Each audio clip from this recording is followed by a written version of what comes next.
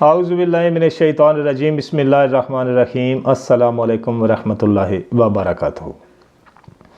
नाज़रीन, पिछले व्लॉग में मैंने आपसे बात की थी कि पाकिस्तान की जो ऊपर बैठी टॉप के लोग हैं, ख़ास तौर पे स्पेशली मिलिट्री इस्टेब्लिशमेंट, जिनके हाथ में सारा कंट्रोल है या जिनके हाथ में सारी ताकत है, जो पाकिस्तान के करता धरता हैं, फ़ैसले जो करते हैं किस गवर्नमेंट ने आना है, किसने नहीं आना है, किसको मौका देना है, किसको नहीं देना है, इनकी नालायकी क्या है, ये मैं आपके सामने रखूँगा कुछ सबूतों के साथ कि ये नालायक किस हद तक हैं।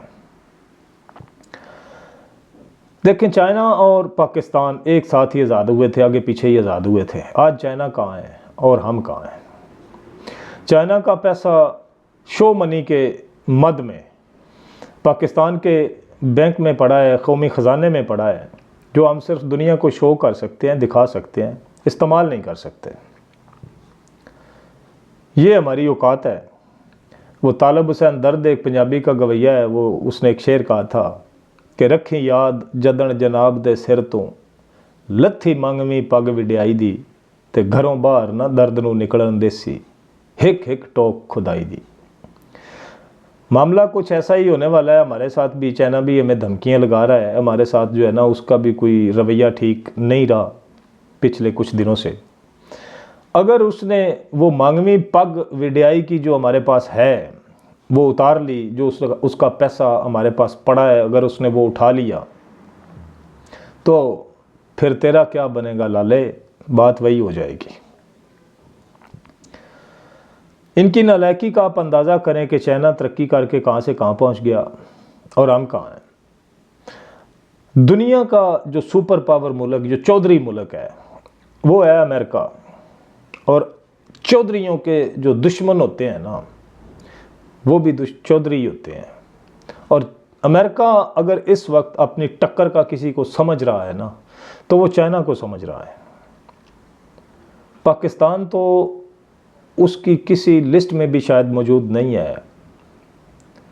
पाकिस्तान की तो औकात अमेरिका के सामने सिर्फ इतनी सी है कि अमेरिका की स्टेट का एक सेक्रेटरी, और सेक्रेटरी का भी आगे जो है ना वो एक असिस्टेंट, डोनर लू, एक ख़त लिखता है, एक सैफर भेजता है पाकिस्तानी इस्टेब्लिशमेंट को कि इमरान खान की हुकूमत को गिरा दिया जाए, वरना इसके कॉन्सिक्वेंसेस आपको भुगतने पड़ेंगे।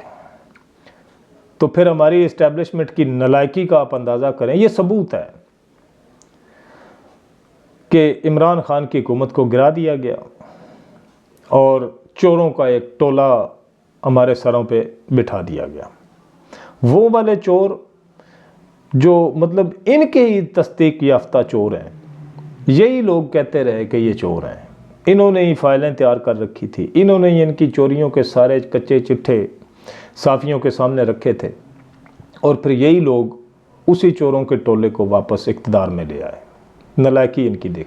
अच्छा, नालायकी का लेवल चेक करें कि एक असिस्टेंट, एक सेक्रेटरी का ख़त भेजता है, और यहाँ पर हमारे पाकिस्तान में जिनको ताकतवर समझा जाता है, जो करता धरता है पाकिस्तानी कौम के, 24 करोड़ अवाम के, वो लोग लमलेट हो जाते हैं और जैसा वो कहता है वैसा ही कर गुजरते हैं।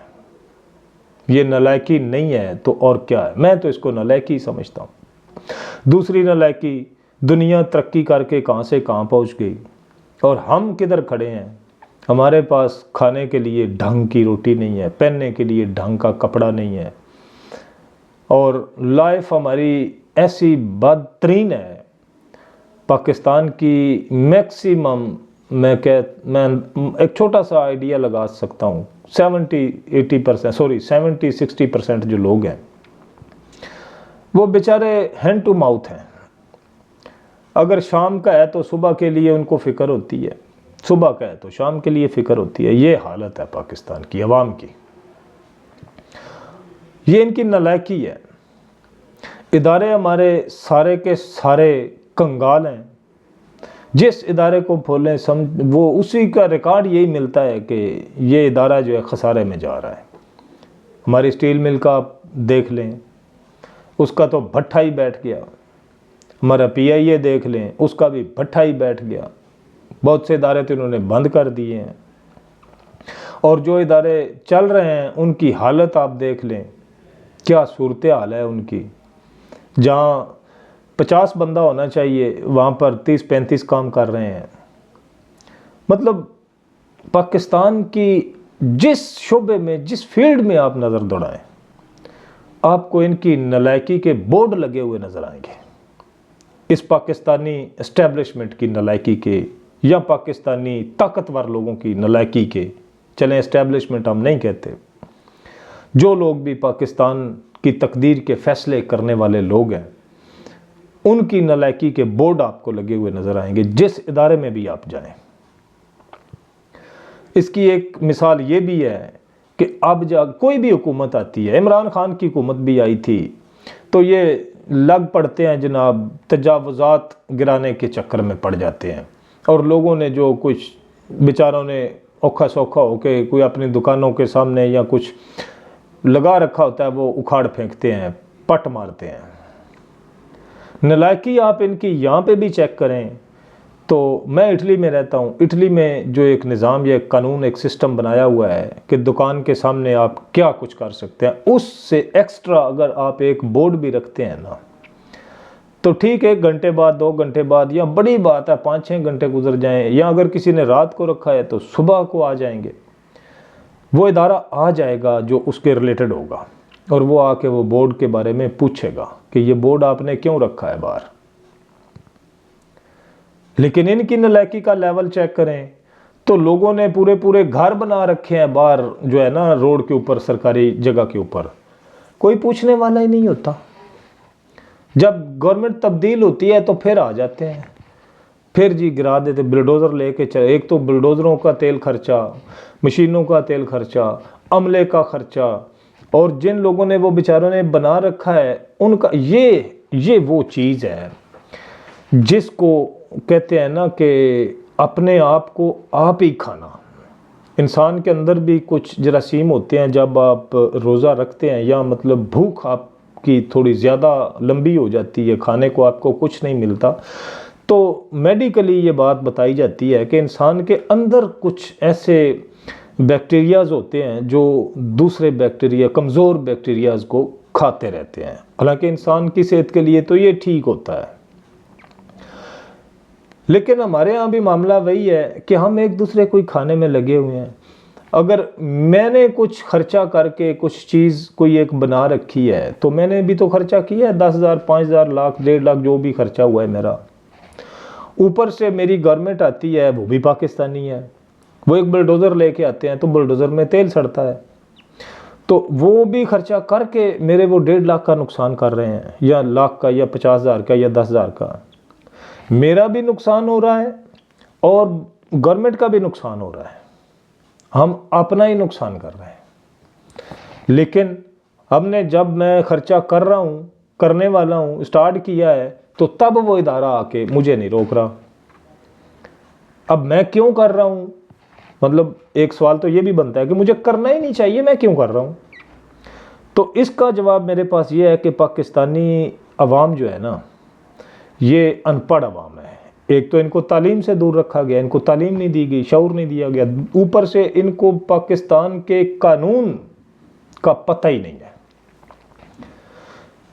कि पाकिस्तान का कानून क्या कहता है।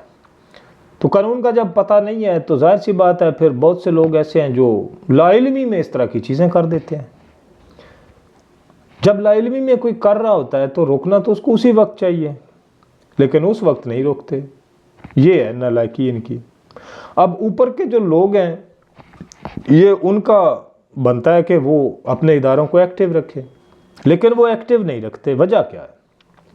वजह यह है कि पाकिस्तान में करप्शन की भरमार है, हर इदारा करप्ट है, हर इदारे में बैठे हुए लोग करप्ट हैं, ऊपर बैठे हुए जो टॉप के लोग हैं वो इन सब के बाप हैं, करप्ट तरीन लोग हैं वो। हर कोई अपनी करप्शन में मसरूफ़ है। कानून क्या है, कानून के ऊपर अमलदारी कैसे होनी है, कानून को, लोगों को कानून को फॉलो कैसे करवाना है, लोगों को लोगों में इम्प्रूवमेंट कैसे लानी है, लोगों को तरक्की कैसे देनी है, ये चीज़ें तो इनकी गेंद गांज में ही कोई नहीं है। इनकी गेंद गांज में सिर्फ और सिर्फ करप्शन है। ये इनका निशाना या टारगेट या सोच सिर्फ उस जगह पे रहती है कि इनफरादी तौर पे मुझे माल कहाँ से मिलेगा या मेरा फ़ायदा कहाँ से होगा। जितने कुछ ऐसे लोग भी हैं, ऐसी नौकरियां भी हैं जिनको पैसे दे के लोग नौकरियों पे आते हैं और पैसे दे के फिर पोस्टों में तरक्की लेते हैं और फिर वहाँ पहुँचते हैं जहाँ करप्शन होती है और वहाँ पर फिर वो जो है ना खूब रगड़ा लगाते हैं, खूब हाथ साफ करते हैं। और यही हालत है हर इंसान की, हर इदारे में बैठे हुए हर इंसान की यही हालत है। होंगे शायद कुछ गिने चुने कुछ लोग अच्छे भी होंगे, क्योंकि हर जगह पे अच्छे और बुरे लोग होते हैं, लेकिन मेजॉरिटी जो है ना हमारे यहाँ वो ऐसे ही है। तो ये नालायकी है उन लोगों की जिनके हाथ में इक़्तिदार रहता है या ताकत रहती है। इक़्तिदार तो ये फेरते ही रहते हैं, लेकिन ताकत की बात कर रहा हूँ, जिनके हाथ में ताकत रहती है, जो स्याह सफ़ेद के मालिक होते हैं, क्योंकि वो ख़ुद एक दूसरे को जो है वो मुरब्बे दे रहे होते हैं, वो जनाब प्लॉट्स दे रहे होते हैं और DHA बना रहे होते हैं और मतलब इस तरह की चीज़ों में कारोबार बिजनेसमैन बने हुए हैं हमारे ताकतवर लोग। जो पैसे वाला है, जो अमीर है, वो अमीर तर अमीर होता जा रहा है और जो हमारे जैसे गरीब लोग हैं वो गरीब तर गरीब होते जा रहे हैं।